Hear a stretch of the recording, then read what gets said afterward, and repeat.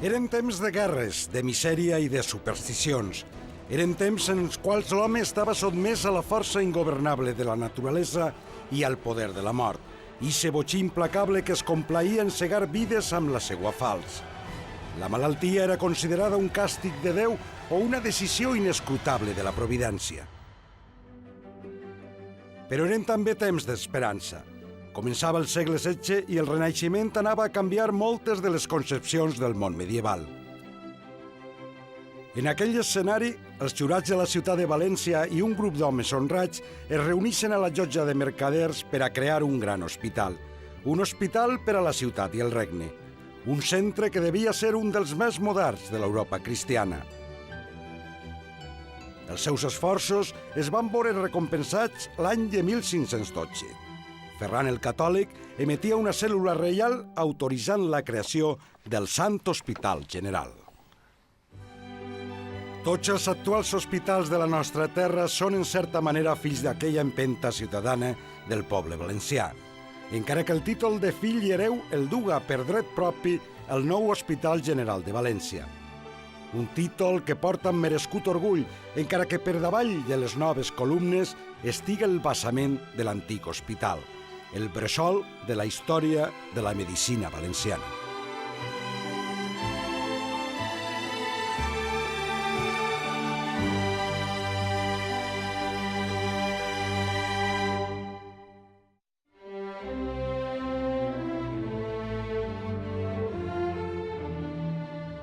La lluita contra la malaltia ha sigut llarga. Només des de fa molt poc la humanitat té accés a medicaments realment eficaços. La farmacopea del segle XIX va obrir la finestra del món contemporani, tot i que la ciència ha avançat tant que una farmàcia d'aquella època, amb els prestatges plens de pots estranys i fórmules curioses, ens semblen ja una antigalla.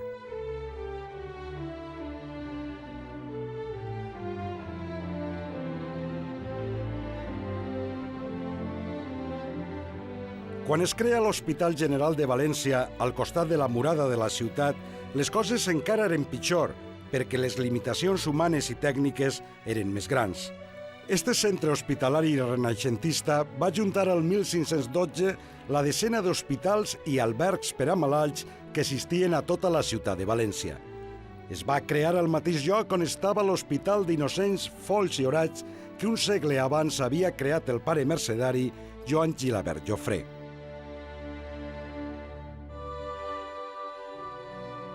Un dia de 1409, el pare Jofré anava caminant cap a la catedral de València i va presenciar una escena terrible. L'apedregament per uns xiquets d'un pobre dement davant la indiferència de la població. El frare va demanar als burgesos de la ciutat que es creara un hospital alberg per atendre estos desemparats. Per a la tradició, el centre va ser el primer manicomi de l'Europa cristiana. El pare Jofré està soterrat ací al monestir del Puig. Ha passat a la història com un home profundament preocupat per les injustícies socials de la seva època. Però l'Hospital d'Innocents, Folls i Orats, que ell tant havia contribuït a crear, tenia una concepció medieval que estava ja superada a principis del segle XVI. I és que havia arribat el Renaixement. El nou hospital va ampliar les seues funcions. A les velles estructures gòtiques, com ara la porta d'entrada, s'afegeixen noves sales. Es crea el primer edifici en forma de creu i l'hospital ha de fer front a una nova malaltia que al segle XVI inunda d'afectats les seues sales. És la sífilis, coneguda a València com el mal gàl·lic, el mal de cement o ciment. Evidentment ha d'afrontar el problema i per això en iniciar-se l'hospital se crea una secció específica per a l'anomenat mal de ciment. Ciment és la ciment, és la llavor, és la simiente, que és el semen, que és el que transmeteix la malaltia, que esdevé un dels principals problemes epidèmics des del segle XVI, jo diria que fins al descobriment de la penicil·lina, pràcticament aguditzat en períodes concrets, però inclús a principis del segle XX era un dels grans problemes sanitaris en la societat valenciana.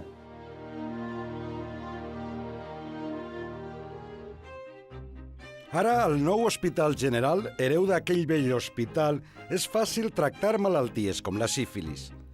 Sembla quasi increïble que esta i altres infeccions que durant segles acabaren amb la vida de centenars de milers de valencians es diagnostiquen ràpidament al modern laboratori a través dels cultius de microbis.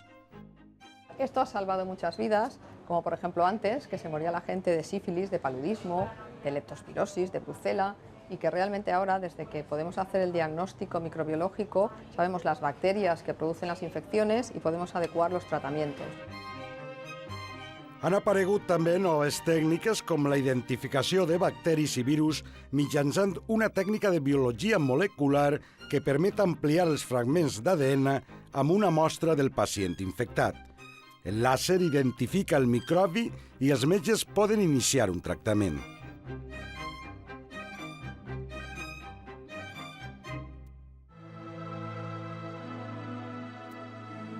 Però cada època du les seues penúries i la curació de les malalties infeccioses era impossible en èpoques passades. Primer la sífilis o la pesta bubònica. Segles després arribarien el còlera o el paludisme, afavorits per la presència de zones pantanoses i marxals.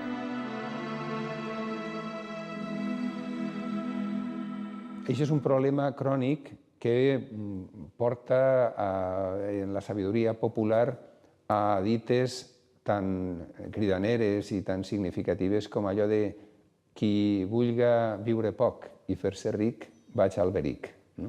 Llocs on el cultiu de l'arròs dona riquesa, dona treball, però provoca una mortalitat molt elevada.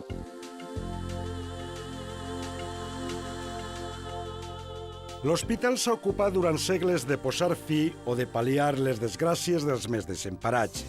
I és així com a poc la veneració a la Verge dels Innocents, iniciada amb la construcció del primer alberg hospital del Pare Llofré, va ser l'origen d'una nova advocació.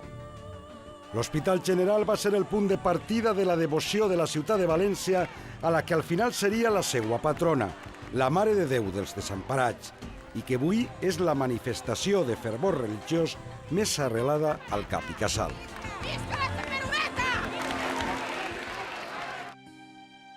El general compartia així la seva història amb la de la ciutat i el regne.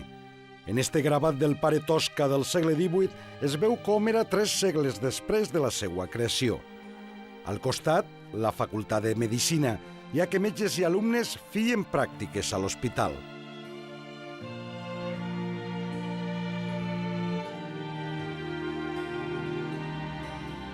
També es va construir un nou edifici per a xiquets expòsits, que es mantindria fins a època contemporània.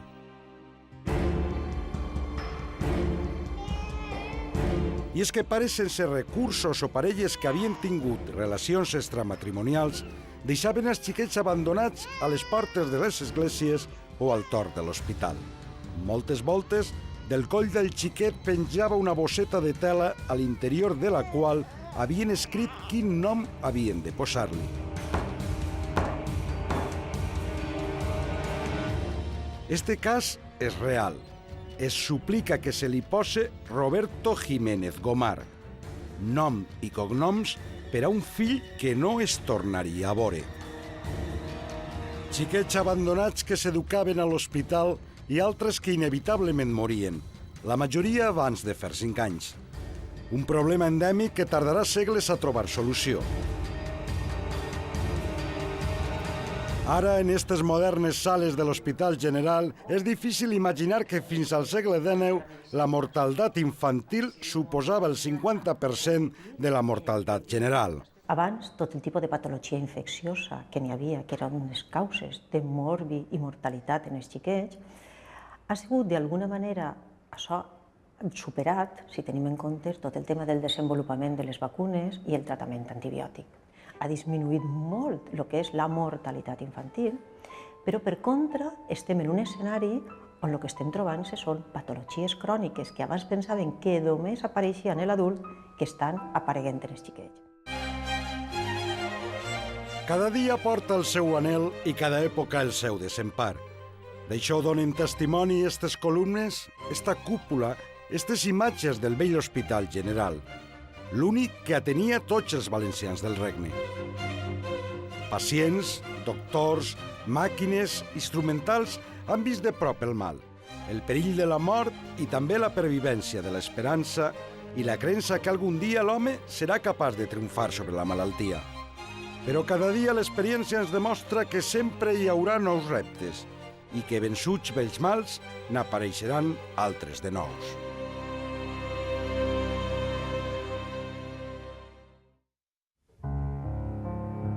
Això ho saben molt bé els cirurgians José Cano Iborra i Ramon Trullenque. Pertanyen a dues generacions distintes, però els dos van treballar a l'Hospital General i comparteixen l'amor per la medicina. I davant un home de 89 anys, com és el doctor Cano, és inevitable acudir a la veu de l'experiència i preguntar-li aquesta qüestió clau, ixa que és tan difícil de saber i que han intentat respondre, però no sempre ho han aconseguit, tots els que han viscut esta història de 5 segles. Com s'arriba a ser un bon metge? El meu criteri és que si eres un bon pare de família, un bon individu de la societat, un bon arquitecte, un bon tal, seràs un bon metge. Però si eres mal familiar, mal tal, mal amic, resulta que quan jugues a la pilota et baralles en tots, i eres tot i tal, seràs mal metge, mal arquitecte o tal. O sigui, la societat porta o bons metges o bons professionals. Aquest és el meu criteri. Un criteri que està arrelat en el mateix esperit humanista que va animar la creació de l'Hospital General al segle XVI. A partir d'ahí jo crec que n'hi ha un sentiment de solidaritat, de treball pels demés, no? Sobretot un sentiment molt, jo m'atreviria a dir, molt valencià. És a dir, és que aquest hospital, la decisió de construir l'Hospital General es va prendre en la llotja de mercaders, en la qual ja te dona la sensació de que va ser la població la que va demanar que aquest hospital existira. Un hospital que atenia malalts de tot el regne de València i que volia ser independent, que no volia ingerències ni de la noblesa ni del rei, i que estava dirigit per una confraria d'homes honrats. I precisament per això calia ser autosuficient. A l'arxiu de la Diputació de València, el seu responsable, Francesc Sánchez, ensenya els documents de testaments i donacions que servien a l'hospital per a recaptar els diners per a mantindre'l. Quan estava morint-se una persona, els notaris van fer un treball magnífic. Sempre es diuen a un malalt quan estava morint-se: i vostè no deixa alguna cosa pel Sant Hospital? Jo crec que això és terrorífic, perquè a veure qui es nega. Però abans d'això era l'amo de la plaça de Bous. Totes les corregudes de bous que se van fer en València, fins a 1850 que se funda la plaça de Bous que hi ha ara, totes les corregudes l'hospital tenia el benefici. De les obres teatrals, dels toldos del mercat, de les corregudes dels galls, de les partides de pilota, l'hospital també tenia beneficis. Vol dir, l'hospital anava replegant. I després tenia les seues terres i tot el món que li donava coses a l'hospitals. Quan a principi del segle XIX el nou estat liberal va imposar la centralització i l'Hospital General va passar a mans de la Diputació de València, va ser esta la que s'encarregà de arreplegar els fons i va utilitzar el mateix model anterior. En estos cartells es veu que s'arreplegaven diners de les corregudes de bous i també es treien del teatre principal. Al 1908, una representació teatral servia per a replegar fons per als gastos de l'hospital. Després de la Guerra Civil, la Facultat de Medicina es va traslladar a l'Avinguda de Blasco Ibáñez i al 1962 el vell Hospital General es va instal·lar definitivament a l'Avinguda del Cid. Les imatges de la inauguració, amb la presència del mateix Franco, han quedat per a la història. El nou hospital va significar ja un canvi. Fins a aquest moment, qui anava a l'hospital? Qui no podia anar a un altre lloc. No hi havia seguretat social. No hi havia més que el que podia se ho pagava i el que no podia anava a l'hospital. Per tant, la gent preferia quedar-se en casa i que el tractara el metge de capçalera que anar-se'n a l'hospital.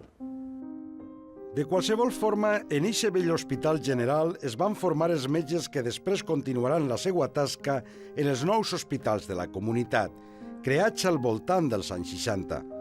El cap d'anàlisis clíniques de l'Hospital General, que va ser l'artífex d'algunes de les noves instal·lacions i que ja està jubilat, recorda els seus anys d'estudiant en el vell hospital. Salvador, estem en l'Hospital General de veritat, de tota la vida. De tota la vida. Esta és un poquet la teua casa on vas estudiar. Vaig començar jo a fer pràctiques. Els estudis, entonces, la facultat part ja s'havia traslladat al passeig de València al mar, però les pràctiques encara les fem a Xina. En l'estiu de l'any 59... I escolta, i com era això? Això estaven els llits al costat? Els llits estaven al costat, als dos costats, entre columna i columna hi havia dos llits. I són les fotos aquestes que vegem de les monges? De les monges cuidant els malalts. El que era, en la part de baix tenim els homes. Així estaven els homes? Els homes. I aquesta es deia la sala del Cristo. I després, en la part de dalt, eren les dones i era la sala del cor de Jesús. Escolta, i per exemple, els finestrals eren més grans, no? Perquè jo en les fotos me sembla que eren més grans. No, el que passa és que eren alts, era la part de dalt. No com estan ara tan baixes, sinó estaven a la part de dalt només. El qual tenia un inconvenient. Quin? Era la falta de ventilació, un poc de ventilació en la sala aquesta, que encara que era molt gran, sempre com era tan alta, la ventilació no era molt bona. Sempre se notava l'oloreta de que faltava netejar un poc. Han passat molts anys des del curs de 1959 en què Salvador va estar ací, però la seva memòria continua intacta.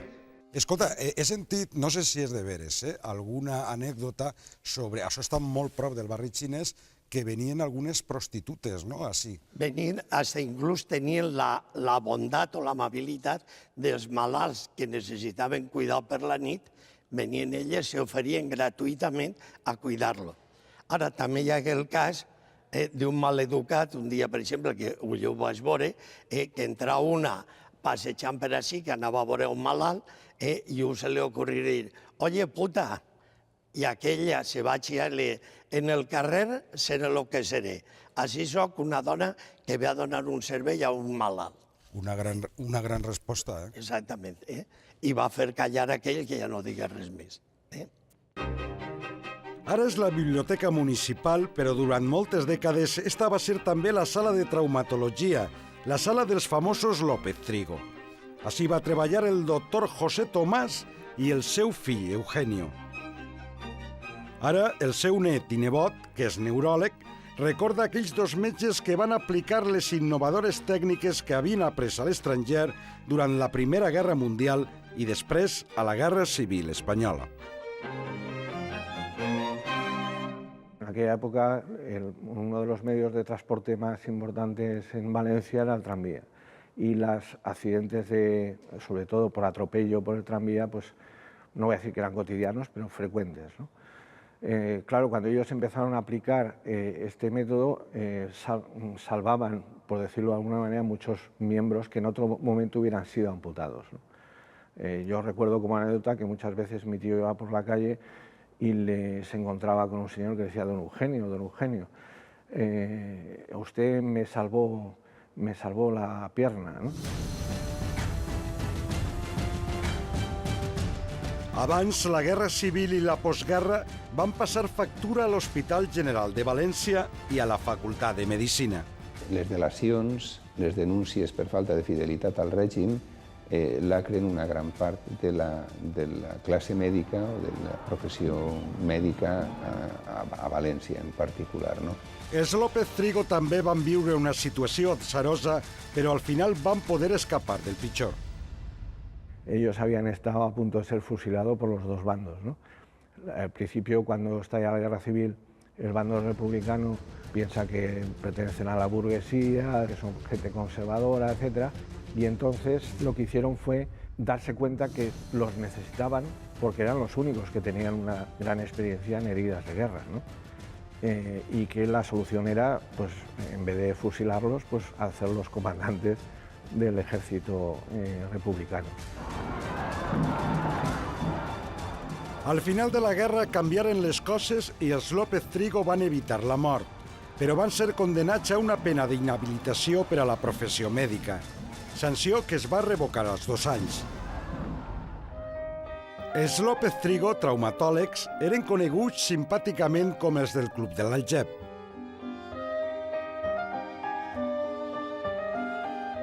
Un altre nom famós d'aquella època va ser el neuròleg i neurocirurgià Juan Barcia. Altres estaven començant la seva carrera i arribaren a ser grans cirurgians, com el doctor Benjamín Narbona.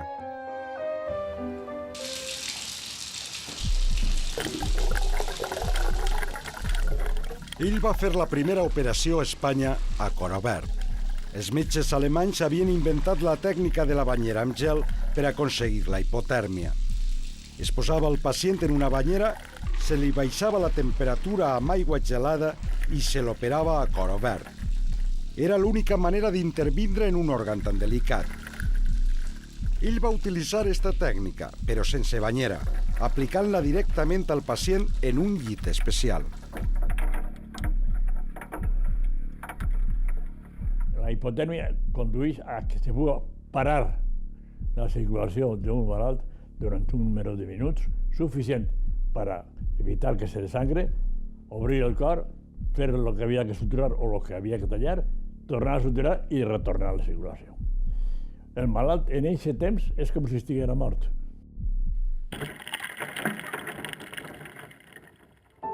El doctor Narbona només tenia uns pocs minuts per fer l'operació. Si fallava, el malalt moria, però ahí estaven les seues mans i el seu cap. Avui en dia seguim més o menys el mateix principi, només que gràcies a que tenim màquines de cor-pulmó, com aquesta que tenim així darrere, podem mantenir el cos ben oxigenat durant un temps major, però seguim baixant també la temperatura per a protegir el cos. El que està clar és que l'Hospital General va ser una escola de grans cirurgians.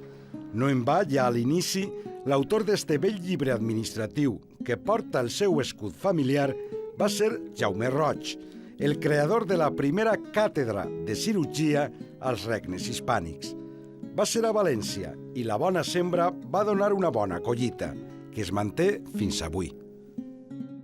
En aquest moment nosaltres som l'hospital que més operacions està fent per any. Nosaltres fem més de 600 operacions de cirurgia cardíaca oberta per any en aquest hospital.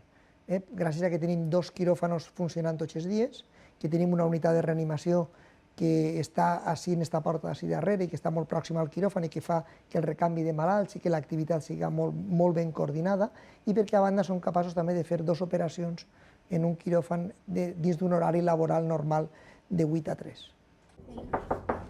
Dolores, buenos días. ¿Qué tal? Venimos a verla. La cardiologia i l'estudi del cor s'ha convertit en una de les grans apostes de l'actual hospital. Muy bien, respire hondo. Dolores. Avui, com fa segles, els joves aprenen dels grans. Però ara els metges en formació, els MIR, tenen un major protagonisme en les consultes.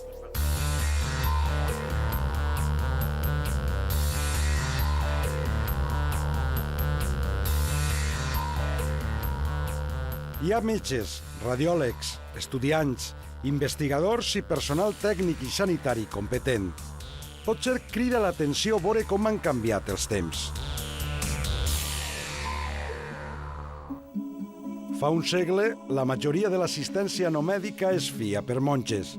Les fotos parlen per elles mateixes.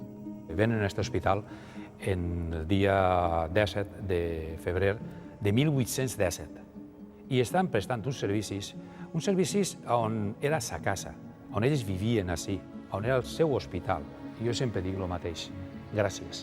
La nostra societat té que haver-los donat gràcies per durant 150 anys haver atès els malaltos, com diuen en el segle XV, per peri fur amor al nostre Senyor Jesucrist. Hi havia monges extraordinàries, d'una capacitat de treball increïble, d'una abnegació extraordinària, en un caràcter brau. Jo estic recordant ara Sor Amèlia, que quan estaves operant i protestaves perquè unes tisores no tallaven o perquè la pinça no pinçava, te l'oïes per darrere que te feia manetes, manetes. Això era el caràcter. Però clar, al costat d'aixes n'hi havia també algunes que eren unes dictadores de molt de cuidado. Les últimes monges van abandonar l'hospital fa pocs anys. La majoria dels professionals les recorden amb gratitud, però s'imposava la modernització. La beneficència ja havia donat pas a la sanitat com un dret social.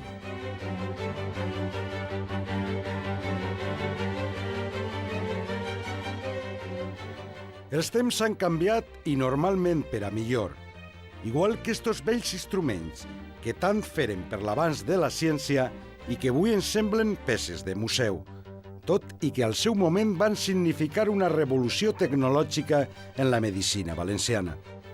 Injeccions de tota classe, el vell maletí dels cirurgians, trepanadors del cervell, aparells de radiologia, pròtesis dentals.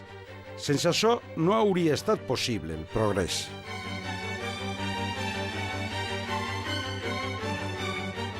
Avui, en la nova sala de diagnòstic biomèdic de l'hospital, els robots analitzen les mostres de sang.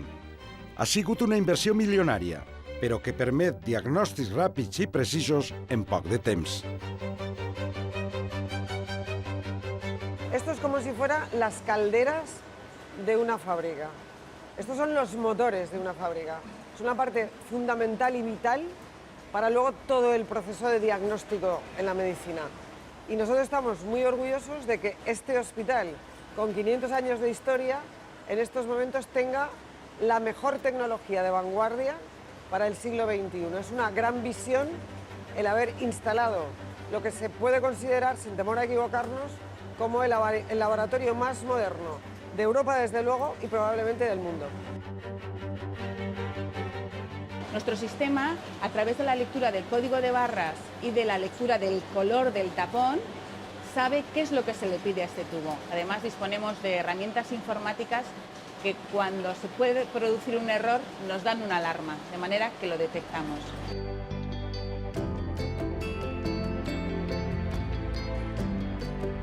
El nou gran projecte de l'hospital és la construcció d'un bloc quirúrgic en el qual es realitzaran quasi totes les operacions.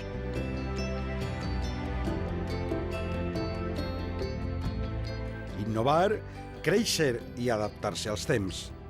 És l'empremta genètica d'un hospital amb 500 anys d'història. En lo qual això jo crec que marca, i a este hospital se li arriba a voler, no? És a dir, se li arriba a sentir com a propi, no? De fet, sempre estem parlant des del general, no? Referim-nos a tots nosaltres, no?